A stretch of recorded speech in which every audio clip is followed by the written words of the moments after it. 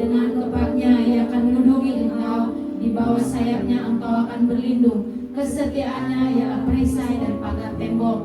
Engkau tak usah takut terhadap kedahsyatan malam, terhadap panah yang terbang di waktu siang, terhadap penyakit sampah yang berjalan di dalam gelap, terhadap penyakit menular yang mengamuk di waktu petang. Walau 1000 orang rebah di sisimu dan 10.000 di sebelah kananmu, tetapi itu tidak akan menimpamu. Engkau hanya menontonnya dengan matamu sendiri dan melihat pembalasan terhadap orang-orang fasik.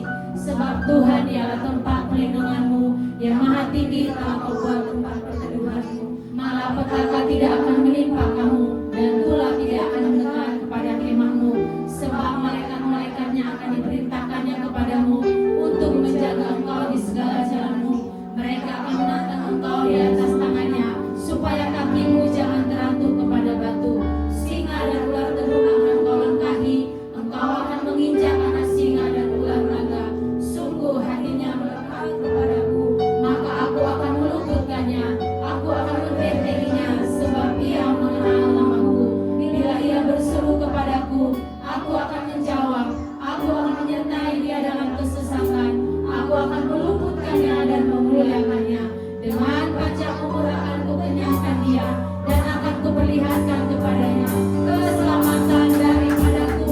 Haleluya. Terus kita memperkatakan Pentakosta ketiga. 1.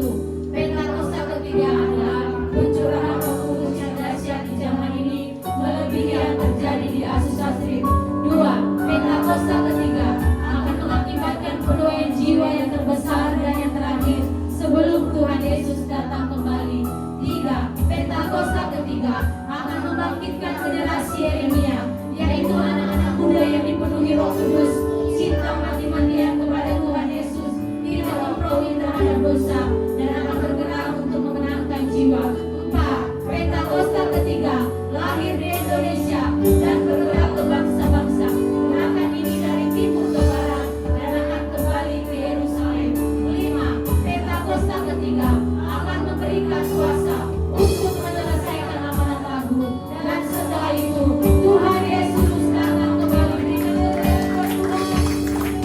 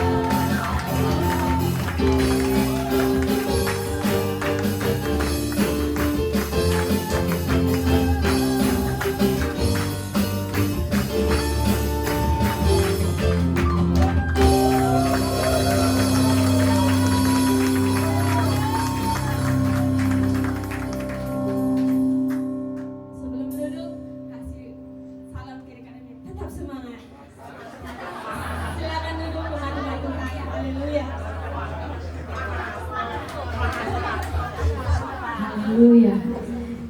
Biasanya kita mendengar firman Tuhan. Sebelum kita mendengar firman Tuhan, mari kita membawa persembahan buat Tuhan. Terima kasih Bapakku yang baik. Terima kasih buat penyertaan-Mu dalam hidup kami. Tiba saatnya kami memberikan persembahan kami Tuhan. Berkati persembahan kami.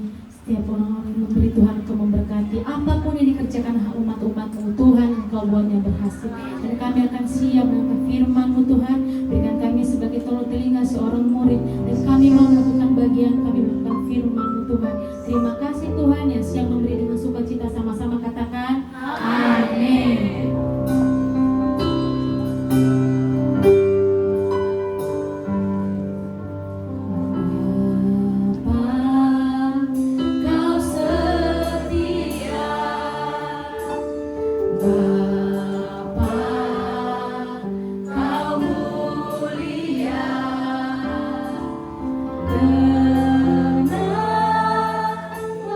Jiwa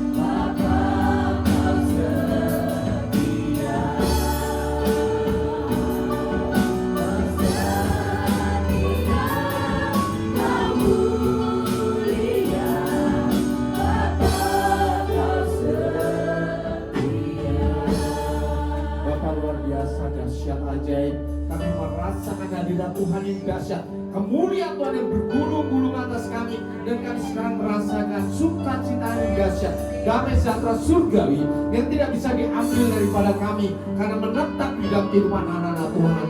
Bapa surga, sekarang izinkan kami untuk datang di hadapan-Mu.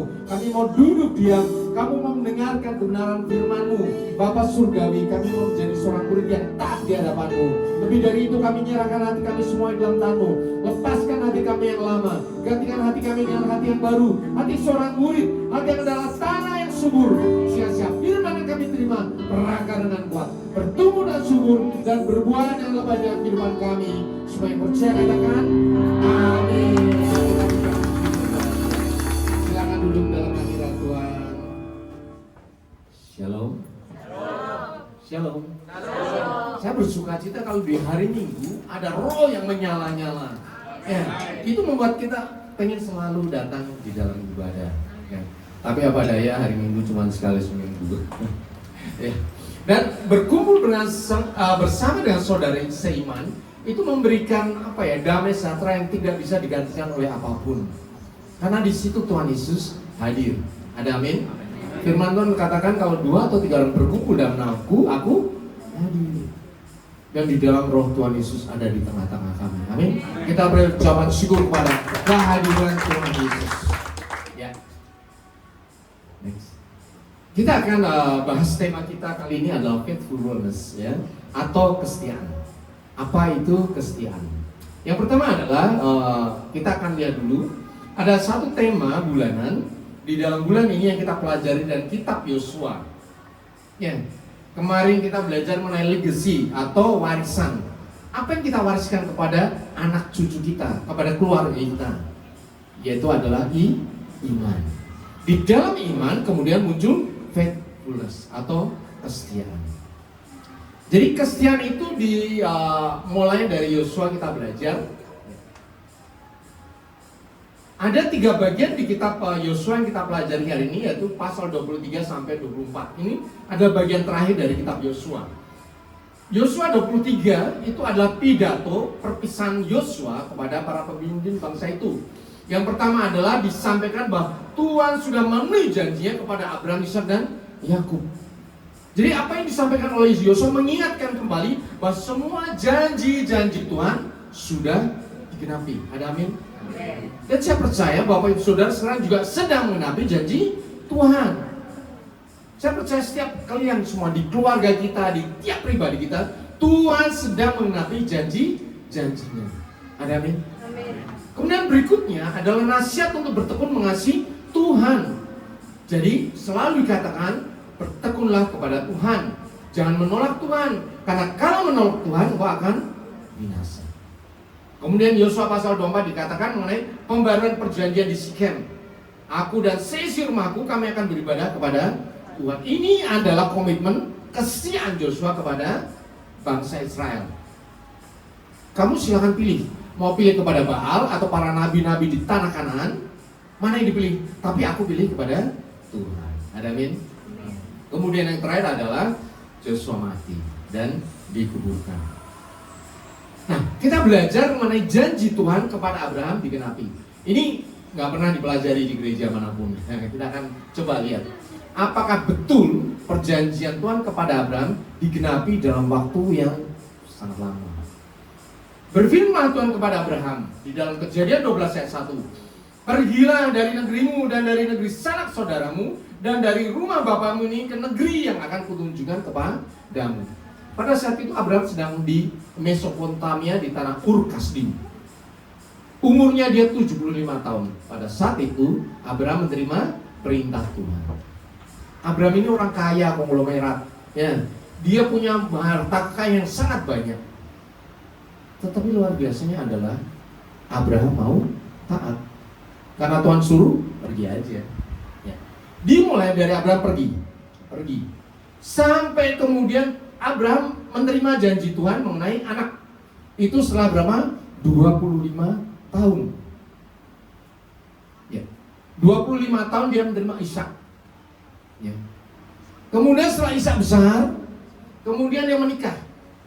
Dia tidak punya anak sampai 20 tahun. Artinya berapa? 60 tahun baru dia punya Yakub. Wow, luar biasa kan? Kita nggak pernah menghitung ini. Saya begitu menghitung, oh iya luar biasa sekali. Kemudian dari Yakub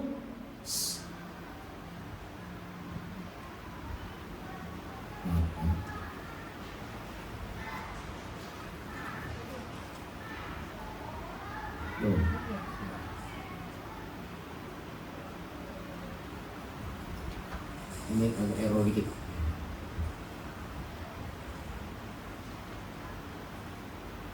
Oke, nggak usah dipencet, saya aja yang pencet ya. Kemudian dari Yakub, kemudian dia punya anak 12 ya. Yakub punya anak 12. Dan anak yang ke-11 namanya Yusuf. Itu lahir di masa tuanya ketika dia berumur 90 tahun. Jadi luar biasa ya. Itu anak di masa tuanya, anak dari Rahel. Anak Rahel ada 2, Yusuf dan Benyamin. Ketika melahirkan Benyamin, Rahel meninggal ya. Anak Lea banyak, tapi anak Rahel hanya 2 di masa tuanya, yaitu Yusuf. Kemudian setelah Yusuf itu lahir, kemudian Yusuf sampai ke Yusuf diusir ya, dijual sebagai budak sampai dia meninggal di tanah Mesir itu umur 110 tahun. Nah, setelah 110 tahun disitulah dimulai masa perbudakan. Masa perbudakannya berapa? 430 tahun sampai Musa lahir. Sampai Musa lahir. Kemudian berikutnya ketika Musa lahir, Musa menjadi raja muda selama 40 tahun. Kemudian dia bunuh orang mandor orang Mesir. Kemudian dia melarikan diri ya, ke Midian selama 40 tahun. Dan kemudian diminta Tuhan kembali datang ke Mesir untuk membawa bangsa Israel ke luar dari tanah Mesir. Berarti 40 tambah 40 berapa? 80 tahun. 80 tahun dia keluar dari Mesir. Kemudian kita tahu bahwa bangsa Israel tidak bisa langsung masuk tanah Kanaan karena dia berdosa, karena 12 pengintai. Sehingga dia harus muter-muter di padang gurun selama 40 tahun. Sampai akhirnya Musa mati diganti oleh Joshua. Ketika Musa mati digantikan Yosua, selama 7 tahun peperangan dilakukan oleh Yosua sampai tanah Kanaan direbut. Ya, bagi saya. Nah, kalau Yosua hidupnya sampai dia mati umur 110 tahun, artinya dia ada 33 tahun di tanah perjanjian. Nah, kalau kita hitung dari Tuhan berfirman kepada Abraham sampai seluruh tanah Kanaan digenapi, diambil oleh bangsa Israel ya, dari Abraham, itu ada 842 tahun. Luar biasa. Ini melebihi bangsa-bangsa yang ada di dunia ya. Orang Romawi itu kerajaan cuma 400 tahun habis itu hilang ya. Kerajaan mana sebutkan yang besar, habis itu hilang. Tetapi Tuhan menggenapi janjinya terus-menerus sampai 842 tahun. Bahkan kemudian digenapi di kerajaan-kerajaan Israel sampai Tuhan Yesus lahir. Terus ribuan tahun, bayangkan. Sampai kemudian bangsa Israel dibuang diaspora, kemudian berdirilah negara Israel 2000 tahun kemudian. Mana ada suatu bangsa yang dijaga oleh Tuhan sampai sekitar 4000 tahun sampai sekarang ini. Kalau bukan karena Tuhan yang bekerja, amin. Tuhan itu setia. Nah, kita akan melihat perbedaan antara Abraham dan Joshua.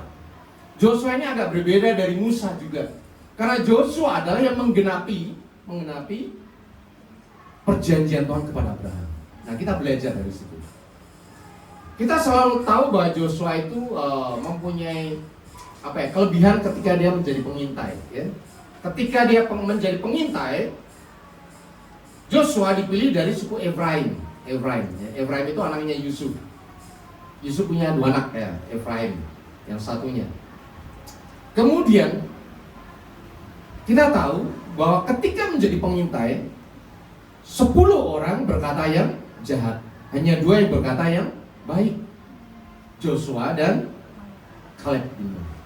Dan Joshua katakan, Janganlah memberontak kepada Tuhan dan janganlah takut kepada bangsa negeri itu, sebab mereka akan kita telan habis. Yang melindungi mereka sudah meninggalkan mereka, sedang Tuhan menyertai kita. Jangan takut kepada mereka. Kita kalau baca ini senang banget dong. Tetapi ternyata yang dihadapi bukan seperti itu. Yang dihadapi 10 orang pengintai yang lain, dan dia membusukkan perjanjian Tuhan kepada seluruh orang Israel. Pada waktu itu orang Israel yang berangkat dari tanah Kanaan, darah Mesir itu 600 orang yang dewasa, laki-laki dewasa. Kalau ditambah istri, ditambah wanita dan sebagainya, ada 2 juta orang. 2 juta orang yang keluar dari tanah Mesir. Dan semua orang nurut kepada 10 orang pengintai. Bayangkan, di antara jutaan orang cuma ada 2 orang. 2 orang saja yang setia terhadap perjanjian. Nah, kita akan belajar kenapa Joshua begitu kokoh imannya. Apakah tiba-tiba ketika dia jadi pengintai kemudian imannya kuat? Ya, ternyata ada proses yang harus dilalui. Mungkin ini nggak pernah dipelajari. Saya akan suka mengangkat hal-hal yang memang terluput dari pelajaran. Kalau pengintai semua orang tahu, tetapi satu hal ini mungkin orang tidak tahu, yaitu Joshua bin Nun adalah orang yang setia. Dimulai dari yang pertama adalah Joshua bin Nun itu penjaga kemah pertemuan. Kemah pertemuan itu apa? Jadi sebelum kemah suci jadi, ketika Tuhan bertemu dengan Musa, itu dia ketemunya di kemah pertemuan. Jadi misalnya ini perkemahan bangsa Israel, kemudian Musa disuruh bikin satu kemah di luar perkemahan orang Israel. Disitulah Tuhan bertemu dengan Musa, ngobrol dengan Musa. Di situ tiang awan terjadi di kemah itu. Itulah kemah pertemuan sebelum kemah suci jadi. Jadi tolong pahami, sebelum kemah suci jadi ada kemah pertemuan. Ya, oke ya. Nah, di dalam kemah pertemuan ini firman Tuhan kita jelas lihat dari Keluaran 33. Biasanya sesudah itu Musa mengambil kemah pertemuan dan membentangkan di luar perkemahan, jauh dari perkemahan, dan menamainya kemah pertemuan. Setiap orang yang mencari Tuhan keluar ia pergi ke kemah pertemuan di luar perkemahan. Dan Tuhan berbicara kepada Musa dan berhadapan muka seperti seorang berbicara kepada temannya. Kemudian kembalilah ia ke perkemahan. Jadi ketika Musa ngobrol sama Tuhan, dia di kemah pertemuan, kemudian jalan kembali ke perkemahan bangsa Israel. Jauh ya. Tetapi abdinya, hambanya yaitu Joshua bin Nun, seorang yang masih muda, tidaklah meninggalkan kemah itu. Jadi dia siang malam tunggu di kemah itu. Dahsyat kan? Dia nunggu bersama dengan kemuliaan Tuhan. Dia selalu ada di kemah itu bersama dengan kemuliaan Tuhan. Sampai nanti Musa datang lagi, ngobrol dengan Tuhan, balik lagi. Musa itu bolak-balik. Tapi Yosua nongkrong di kemah pertemuan, hanya Joshua bin Nun. Dan Joshua bin Nun ini dikatakan dalam Bilangan 11 ayat 28, Joshua bin Nun yang sejak mudanya menjadi abdi Musa. Jadi dia dari mudanya itu melayani Musa. Dia tahu persis Musa, tahu persis kemuliaan Tuhan, tahu persis kedahsyatan yang Tuhan menyatakan bagi dia. Dan Tuhan sendiri katakan Joshua itu penuh dengan roh. Ya, ketika Tuhan menyuruh Musa mengurapi Joshua menjadi pemimpin bangsa itu, Tuhan sendiri berkata, ya, ambillah Joshua bin Nun, seorang yang penuh roh. Bahkan Tuhan sendiri ngomong kepada Musa bahwa Yosua itu penuh dengan dahsyat kan? Makanya Joshua berbeda dengan semua orang, 2 juta orang yang ada di Israel. Kenapa? Dia penuh dengan roh Tuhan, karena dia setiap hari bergaul dengan Tuhan. Dan saya percaya semua orang di sini penuh dengan roh Tuhan. Ada amin?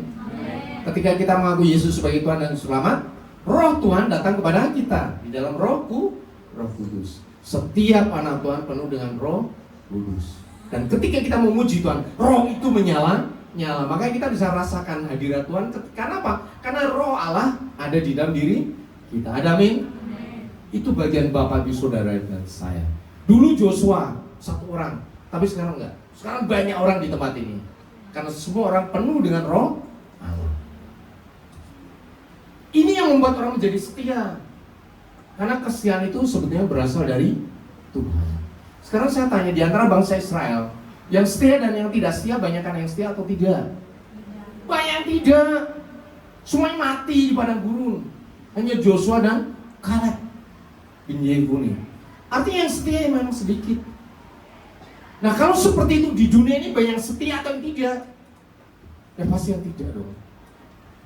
Jadi berbagilah engkau yang setia, karena Tuhan kita juga setia. Kita berucapan syukur kepada Tuhan. Tuhan kita setia, dahsyat aja. Ya. Dan kesetiaan itu adalah sifat yang diinginkan oleh semua orang. Di dalam Amsal 19 ayat 22 dikatakan, sifat yang diinginkan pada seseorang ialah kesetiaan. Halo suami istri, kamu pasangan setia atau tidak? Atau ngaba ya? Masih setia dong. Di dalam pekerjaan, apakah kalian ingin punya teman kerja yang setia atau tidak? Pasti setia. Di dalam persaudaraan, kalian ingin saudara-saudara kalian setia atau tidak? Atau butuh kalau ada maunya, datang kalau ada maunya saja? Pasti tidak. Ya. Sifat yang diinginkan seseorang adalah kesetiaannya. Tidak ada yang lebih dihargai daripada kesetiaan. Karena dalam kesetiaan tercermin apa? Kedalaman dan karakter seseorang. Jadi sebetulnya orang setia atau tidak itu bisa dibuktikan. Makanya di dalam bisnis ada yang namanya gentleman agreement. Ya, bisnis kalau udah besar, miliaran triliunan, itu cuma ngomong doang, para pimpinannya cuma ngomong doang. Ya kita jadi itu doang. Dan bisnisnya berjalan. Kenapa? Yang ngomong sudah tahu dia tahu yang diajak ngomong, nggak perlu pakai surat-surat yang susah payah. Itu apa? Karakternya sudah teruji, nggak bakal dia lari-lari mati udah. Ya. Jadi berbeda dengan orang yang pinjam ke bank dan sebagainya, suratnya banyak-banyak ya. Tetapi orang-orang yang levelnya tinggi itu ketemu cuma ngobrol, bagi ya situ, oke, kirim duit, kirim. Karena apa? Itu yang dinamakan dengan gentleman agreement. Orang yang karakternya bisa dipercaya. Ada amin? Dan kita belajar dari situ. Dari muda kita belajar, dari anak-anak kita belajar bahwa karakter kita orang yang bisa dipercaya. Kita setia, memegang janji sekalipun rugi. Itu kata Daud. Ya.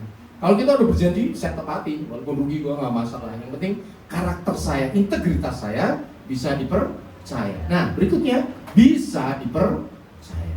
Firman Tuhan katakan, barang siapa setia dalam perkara-perkara kecil, ia setia juga dalam perkara-perkara besar. Barang siapa tidak benar dalam perkara-perkara kecil, ia tidak benar juga dalam perkara-perkara besar. Jadi jika kamu tidak setia dalam mamon yang tidak jujur, siapakah akan mempercayakan kepadamu harta yang sesungguhnya? Tuh, apa hubungannya setia dengan mamon? Saya selalu katakan, kalau orang tidak jujur dalam hal uang yang kecil, ya, dia tidak akan jujur dalam hal yang besar. Seorang pemimpin yang besar jujur kepada hal yang kecil, apalagi di gereja. Gak usah ngomong firman kalau dalam hal uang gak jujur. Itu saya keras sekali dalam hal itu kepada keluarga saya. Ya. Karena Tuhan juga ngomong seperti itu. Dalam bisnis pun juga seperti itu. Bisnis yang besar itu kejujuran nomor satu. Nomor satu. Ketika orang melikung, ketika orang gak jujur, lenyap, kepercayaannya lenyap. Dia mau pergi kemana aja gak bakal dipercaya. Tidak akan dipercaya. Satu hal misalnya, kita bekerja untuk level tertentu ya, level manager misalnya, di satu perusahaan otomotif. Kita punya masalah di satu perusahaan misalnya, kita mau keluar, oke, keluar. Tetapi bukan berarti itu sudah menyelesaikan masalah. Karena begitu orang ini pergi, dia mau cari perusahaan-perusahaan yang lain, mau tau nggak? Ini pimpinan ini ketemu semuanya, kenal-kenal semua. Ini ada orang lamar tempat saya, siapa? Namanya ini, gimana? Ah itu jelek itu, ban, susah. Bisa dipahami? Jadi nama itu terbawa terus. Sampai kapan? Sampai kita dipanggil Tuhan. Karena nama itulah yang dijaga melalui integritas kita. Dimulai dari apa? Dari hal-hal yang kecil. Dipercayakan hal yang kecil kita setia. Dipercayakan hal berikutnya kita setia. Bahkan Tuhan katakan perumpamaan yang luar biasa, yaitu mengenai talenta. Firman Tuhan katakan ya, kita nggak usah baca. Dalam Matius 25 ayat 14 sampai 30. Ada seorang raja yang akan pergi, dia memberikan talenta kepada 3 orang. Yang satu berapa? 5 talenta, yang satu 2 talenta, yang satu 1 talenta. Ya. 5 itu banyak nggak? 2 itu banyak atau enggak? 1 itu banyak nggak? Bagi raja itu nggak ada urusan banyak sedikit, karena semuanya diberikan apa? Sesuai dengan kesanggupannya. Jadi jangan kita pernah iri kepada orang yang diberi banyak. Oh, kelihatannya dia lebih banyak. Oh, gua dapatnya sedikit. Itu yang terjadi pada orang yang terima 1 talenta.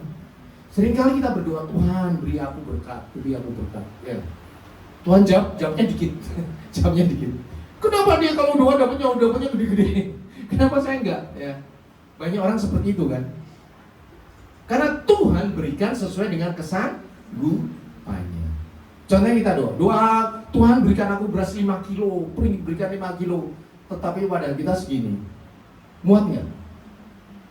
Ingat ya, jawaban Tuhan, berkat Tuhan itu kudus. Artinya kalau kita siapkan wadah segini, Tuhan akan berikan tempat segini, 200 gram. 200 gram selesai. Tetapi kalau kita menyiapkan wadah yang gede, wadah yang besar, Tuhan juga akan berikan wadah yang besar. Pernah nggak Bapak Ibu berpikir sebelum kita berdoa, Tuhan berikan aku berkat, berikan aku misalnya kendaraan, berikan aku pelayanan yang lebih besar.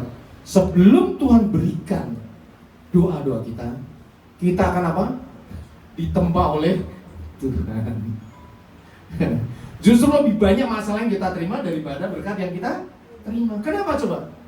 Tuhan sedang menyiapkan wadah kita. Wadah kita kecil. Tuhan berikan aku beras 5 kilo, oke. Kamu mau 5 kilo? Mau Tuhan 5 kilo. Tapi wadah kita awalnya gini, ditempa sama Tuhan, terus, tempa terus. Ditempa itu enak nggak? Enak. Tetapi itulah cara Tuhan untuk mempersiapkan berkat yang kudus bisa kita terima, memang banyak sekali. Setiap hamba Tuhan pasti ditempa. Apalagi hamba Tuhan yang besar, pasti ditempa lebih besar daripada orang-orang yang biasa, daripada jemaat biasa. Karena apa? Dia akan mewadai berkat yang besar untuk dialirkan kepada banyak orang. Ini sebetulnya rahasia kenapa hidup kita harus nempel sama Tuhan. Karena Tuhan mempersiapkan kita jadi berkat bagi banyak orang. Ingat ya, Tuhan memberikan kepada kita menurut kesanggupannya. Nah, ada satu masalah ketika semuanya sudah mengembalikan kepada Tuhan. Yang 5 diusahakan jadi 10, yang 2 jadi 4. Kemudian yang 1 ngeyel, aduh Tuhan nggak adil dan sebagainya. Tapi lihat coba, ketika yang 5 mengembalikan kepada Tuhan yang 10, dia katakan apa? Baik sekali hambaku yang baik dan setia. Engkau telah setia dalam perkara yang kecil. Jadi berapapun yang kita terima di hadapan Tuhan itu semuanya kecil. Ya. Mungkin kita lihat gede banget, bagi Tuhan itu kecil kok. Artinya apa? Setialah selalu pada perkara yang kecil, maka aku akan berikan padamu tanggung jawab perkara yang lebih besar. Jadi apapun yang Tuhan berikan kepada kita sekarang ini, setialah. Karena dari situ Tuhan akan menilai apakah tempat kita cukup atau tidak. Ketika kita setia, tempat itu sedang diperbesar sama Tuhan. Kita setia lagi diperbesar sama Tuhan. Setia lagi diperbesar sama Tuhan. Sampai berapa besar? Sampai terserah kita mau tetap setia. Seperti Yosua. Di antara janji kepada Abraham, yang menikmati tanah Kanaan siapa? Yosua. Bukan nabi-nabi yang lain. Bahkan Musa pun tidak. Kenapa? Yosua menjadi abdi Musa dari masa mudanya. Joshua nongkrong di kemah suci sekalipun dia bukan orang Lewi. Dia menikmati hadirat Tuhan. Orang ngomong apa gua nggak peduli, yang penting gua setia sama Tuhan. Di dalam kesetiaan itulah jawaban doa dari Abraham terjadi atas Joshua. Ada amin? Dan saya percaya sekarang ini kita sedang menerima jawaban-jawaban Tuhan. Ada amin? Amin. Kenapa kita harus setia? Ada bunga ya, saya lihat ada bunga ini. Ini saya yang foto sendiri, saya foto ya. Jadi saya tuh kalau pagi keliling kantor, ya, sampai ke factory, sampai ke belakang, untuk apa? Berdoa. Saya berdoa. Iya pagi berdoa. Kemudian ada tempat-tempat yang merupakan tanah lapang ya, tanah lapang. Yang memang itu green area, nggak boleh dibangun. Itu rumput-rumput banyak. Tiap kali saya lewat doain sama sprayer pentahiran. Tapi suatu kali Tuhan ngomong stop. Stop, kenapa ya? Kenapa Tuhan? Kamu lihat rumput itu? Ya rumput toh. rumput toh. Ya. Orang tiap kali udah tinggi dikit saya minta OB yang cleaning taman, tolong dipotong, tiap kali potong ya. Karena rumput kalau di kawasan itu cepat tumbuh ya, karena tanahnya bagus sekali. Lalu potong lagi ya. Sebulan sekali harus dipotong. Ngapain lihat rumput? Diam, lihat ke dalam. Saya lihat ke dalam, ternyata ada putih-putih kecil-kecil, putih-putih. Dan ketika saya lihat lagi, lihat itu apa putih-putih. Dan putih-putih itu adalah bunga. Dan bunganya bermacam-macam. Ada yang warna kuning, ada biru, ada merah, ada ungu. Dan saya foto pakai makro ya, saya foto. Ternyata hasilnya luar biasa. Hasilnya luar biasa. Siapapun tidak pernah memperhatikan bunga itu, seumur hidup mungkin tidak ada orang yang nengok bunga itu. Kenapa? Di lapangan yang nggak dijamah oleh orang. Dan itu selalu dipotong. Dan yang luar biasa Tuhan katakan, aku mendandani dia. Siapa yang mendandani? Tuhan. Berarti Tuhan kurang kerjaan dong. Tuhan kurang kerjaan. Bunga rumput nggak dilihat orang, tiap kali dipotong nggak ada gunanya. Tapi Tuhan mendandani dengan luar biasa. Dan itu adalah sebetulnya kita. Emang orang kenal sama Bang Kombi, kenal sama Bapak Ibu Saudara. Kalau nggak ketemu ya nggak kenal. Ya. Dalam sejarah ini cuma muncul sebentar, habis itu lenyap. Tuhan katakan apa coba? Adapun manusia hari-harinya seperti rumput, seperti bunga di padang, demikianlah ia berbunga. Apabila angin melintasnya maka tidak ada lagi ia, dan tempatnya tidak mengenalnya lagi. Orang sehebat apapun ketika dia meninggal, ketika dia pergi dari tempat itu, tempatnya tidak kenal lagi. Tidak pernah tahu bahwa ada nama orang itu di tempat itu. Di gang saya udah banyak meninggal. Ketika ada orang baru datang, dia nggak tahu bahwa di depan rumahnya itu dulu pernah tinggal Bapak A, Bapak B. Betul kan? Artinya apa? Orang itu silih berganti. Tetapi orang silih berganti bagi kita kan nggak mungkin silih berganti. Orang saya tetap hidup kok. Saya tetap menjalani. Terus gimana dong Tuhan saya? Ingat ya, kita adalah bunga rumput yang didandani oleh Tuhan. Ada amin. Sekalipun orang tidak lihat, orang tidak tahu kita, orang menyepelekan kita, tetapi Tuhan mendandani dengan luar biasa. Dan ketika saya melihat bunga rumput itu, saya bersyukur ya, bahwa hidup saya didandani oleh Tuhan.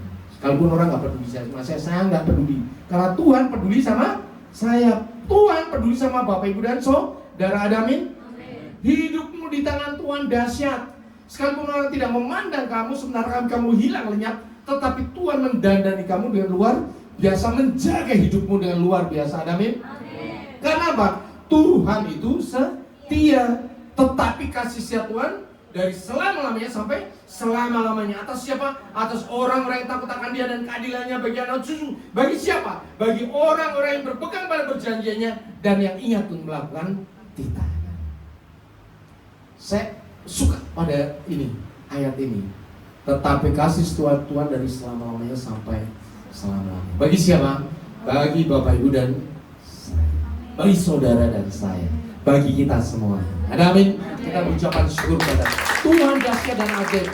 Bahkan sekalipun kita tidak setia, manusia cenderung tidak setia kan, Tuhan tetap setia. Coba bangsa Israel ketika melawan Tuhan dimusnahkan 40 tahun di padang gurun lenyap. Nggak akan ada bangsa Israel lagi sampai sekarang ini. Tetapi Tuhan setia mengingat perjanjian dengan Abraham. Sehingga dikatakan apa? Jika kita tidak setia, dia tetap setia. Karena apa? Dia tidak dapat menyangkali dirinya. Setialah di hadapan Tuhan. Karena Tuhan lebih dahulu setia kepada kita. Kita berucapkan syukur kepada Tuhan. Pandang para pemusik dalam naik ke atas.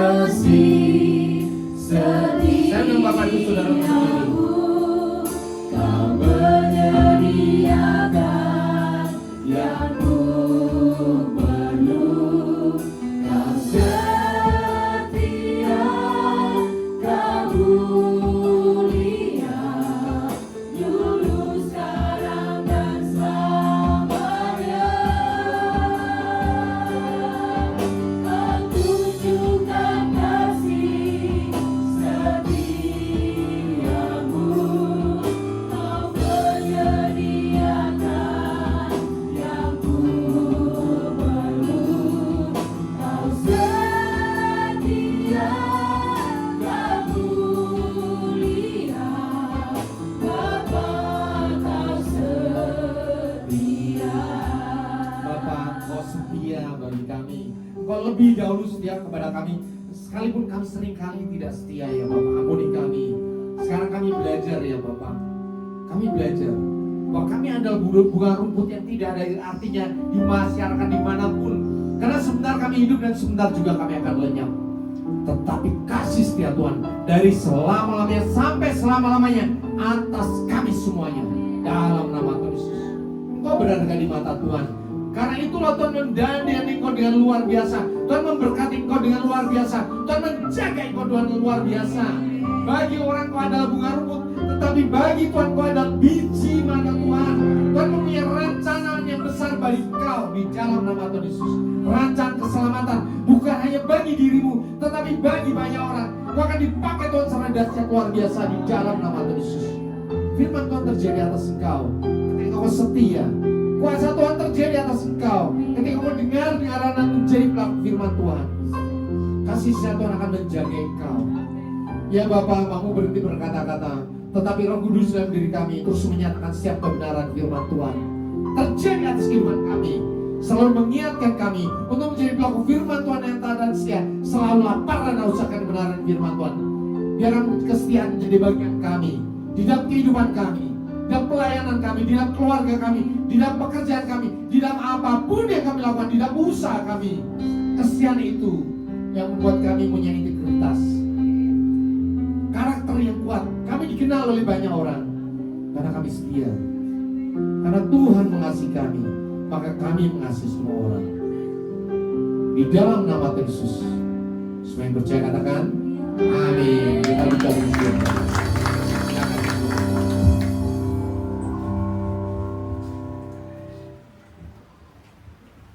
Haleluya, yang diberkati oleh firman Tuhan, lambaikan tangannya.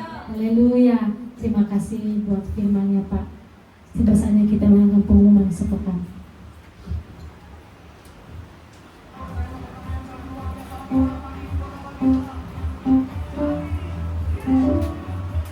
Shalom saudara, bulan ini kita akan belajar mengenai firman. Kami segenap jemaat dan pengerja GBIFG Cemetelan Cibitung mengucapkan terima kasih atas firman yang telah disampaikan oleh yang raya. Berikut ini kami akan sampaikan jadwal GBIFGC dalam sepekan. Ibadah raya setiap hari Minggu pukul 10 pagi di tempat ini, disertai dengan ibadah setelah Minggu Anak. Menara 2 setiap hari di tempat ini dimulai pukul 20.00 ini dan terbuka bagi semua jemaat Tuhan. Ibadah khusus setiap hari Jumat di tempat ini yang dimulai pukul 19.30. Mari kita hadiri bersama-sama. Bagi jemaat Tuhan yang memiliki pergumulan doa dan rindu doakan, silakan mengisi permohonan doa. Boleh diminta kepada usher yang di depan. Kami menyambut jemaat Tuhan yang pertama kali beribadah di tempat ini, dan kami mengundang untuk mengikuti ibadah di minggu-minggu selanjutnya. Demikian pengumuman sepekan. Tuhan Yesus memberkati.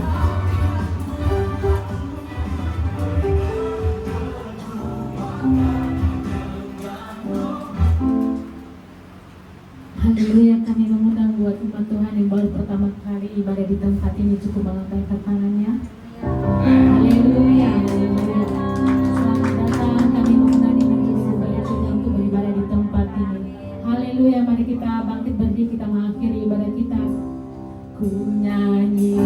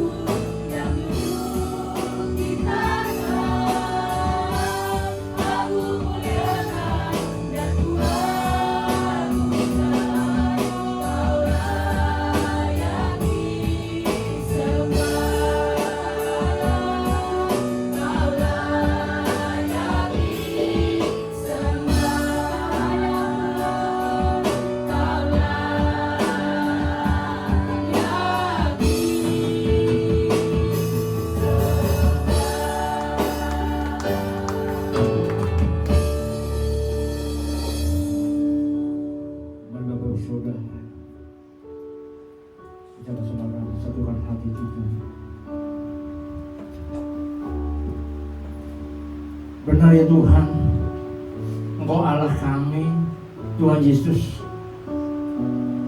Engkau Allah yang layak disembah, Engkau Allah yang layak ditinggikan, Allah yang layak diangkutkan di sinturan kami.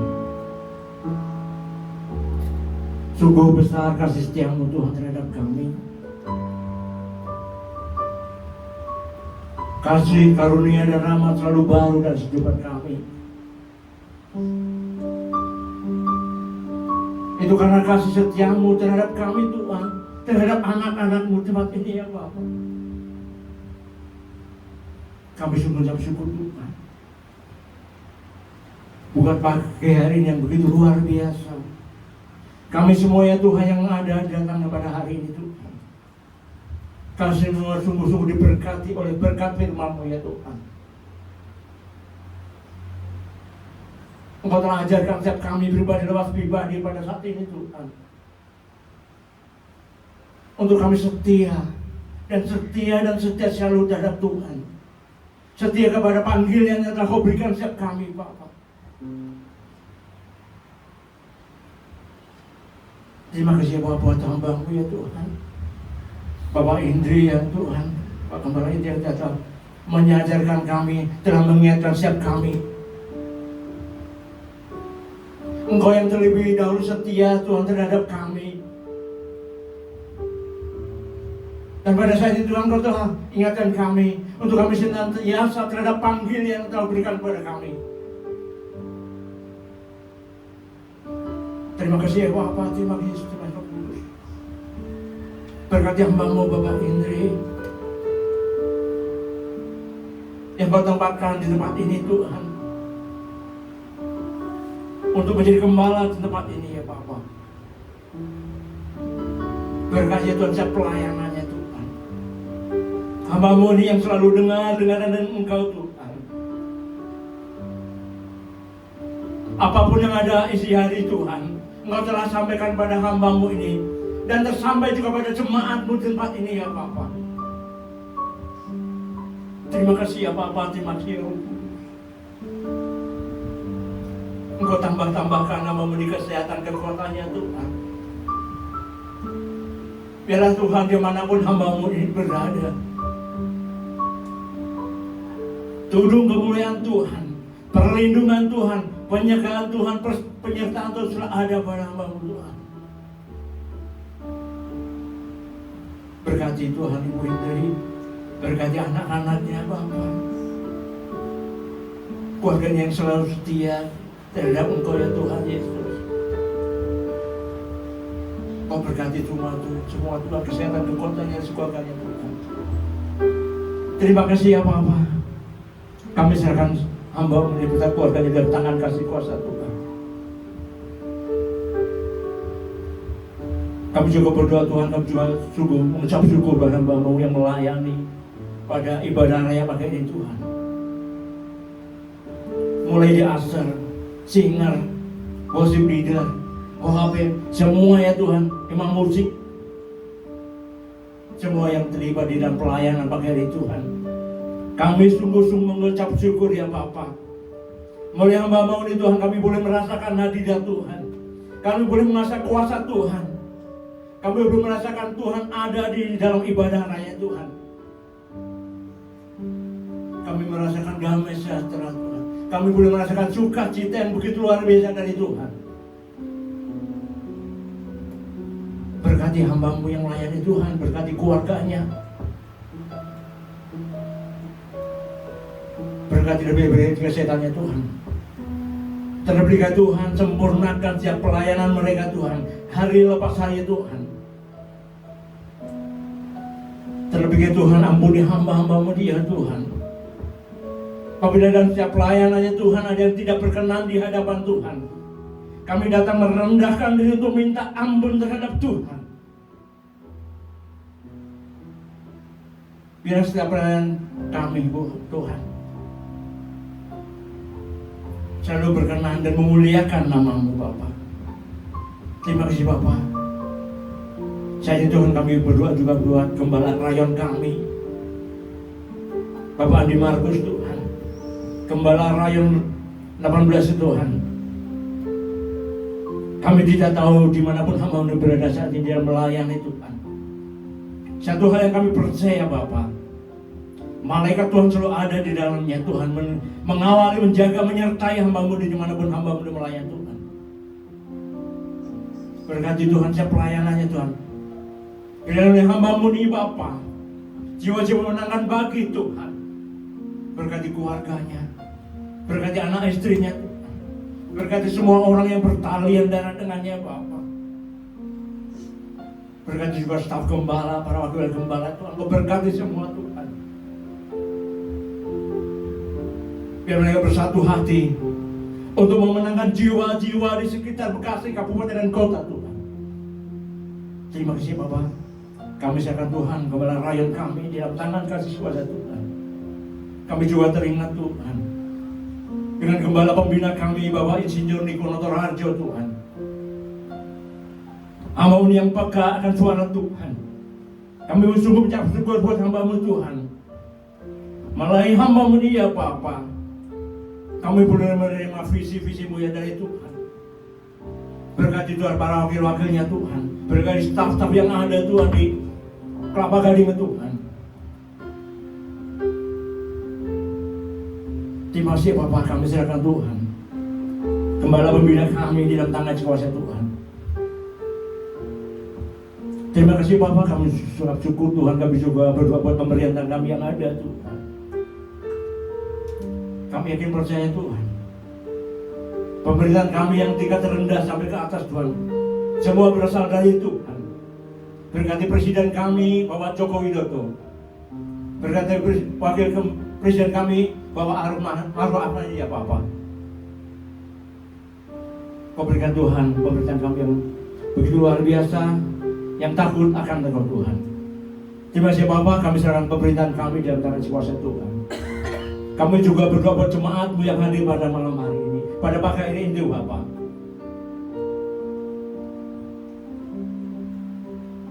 Ajar kami, setiap jemaat itu setia pada Tuhan, setia pada panggilan-Nya Tuhan. Kami dipercaya Bapak, Engkau akan menuntun setiap jemaat-Mu. Kami percaya Tuhan juga menuntun setiap kami pribadi lepas pribadi, hingga ke rumah kami masing dengan selamat, tidak satu kurang apapun, dan berkumpul dengan keluarga kami dengan penuh damai sejahtera, sukacita yang luar biasa dari Tuhan. Dan kami juga berdoa buat persembahan kami dengan Tuhan. Kiranya Tuhan sucikan dan kuduskan persembahan Tuhan untuk memperluas kerajaan-Mu di muka bumi Tuhan. Berkati saudara-saudara kami yang mengelolanya Tuhan. Berikan hikmat marifat untuk mengelola persembahan ini Tuhan, demi hanya kemuliaan Tuhan. Terima kasih Bapak. Sebelum Tuhan, kami akan berpisah satu lama ini Tuhan. Kami akan kembali ke rumah masing-masing. Terlebih dulu Tuhan, sempurnakan doa kami seperti doa yang Kau ajarkan siapa kami pribadi saja. Doa Bapa kami.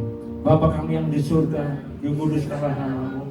Datanglah kerajaan-Mu, jadilah kehendak-Mu di bumi seperti di surga. Berikanlah kami pada hari ini makanan kami yang secukupnya, dan ampunilah kami atas kesalahan kami, seperti kami juga mengampuni orang yang bersalah kepada kami. Dan janganlah membawa kami ke dalam pencobaan, tapi lepaskan kami dari jahat. Karena Engkau yang kerajaan dan kuasa dan kemuliaan sampai selama-lamanya. Sidang jemaat yang dikasih oleh Tuhan, Kau adalah biji mata Tuhan. Mau berharga di mata Tuhan. Kembalilah ke dalam kenyataan hidupmu sehari-hari. Taatilah firman Tuhan, nyatakanlah kasih Tuhan bagi semua orang. Sampaikan kabar Injil sukacita bagi semua orang. Keselamatan yang membebaskan. Untuk itulah Kau menerima berkat. Angkat kedua tanganmu dan aminkan setiap perkataan berkat ini. Tuhan memberkati engkau. Tuhan memberkati suamimu, istrimu, anakmu, cucumu. Tuhan memberkati rumah tanggamu. Tuhan memberkati anak-anakmu, studimu, sekolahmu. Tuhan memberkati usahamu. Tuhan memberkati pekerjaanmu. Tuhan memberkati kesehatanmu. Tuhan memberkati pelayananmu. Tuhan memberkati apapun yang Kau lakukan, Kau rancangkan. Semuanya dibuat Tuhan berhasil. Kasih karunia dari Allah Bapa dan damai sejahtera dari Tuhan Yesus serta persekutuan yang manis dengan Roh Kudus menyertai engkau dari sekarang sampai Maranatha. Tuhan Yesus sudah datang dua kali menjemput kita di awan yang permai. bahkan sampai selama-lamanya. Supaya percaya katakan amin. Maaf, ada pengumuman. Ada jemaat kita kemarin malam ya dipanggil Tuhan, yaitu anak Dario. Dan setelah ini kita akan pergi ke sana untuk ibadah dan langsung dibawa ke pemakaman. Bagi yang bisa ikut, sebaiknya kita ikut bersama-sama. Kenapa? Ya, kalau bisa kita bersama-sama. Tapi kalau yang punya acara tidak apa-apa ya. Seberapa yang bisa hadir, kita sekarang langsung ke sana. Oke. Amin. Terima kasih, Tuhan berkati. Selamat hari Minggu, Tuhan Yesus memberkati.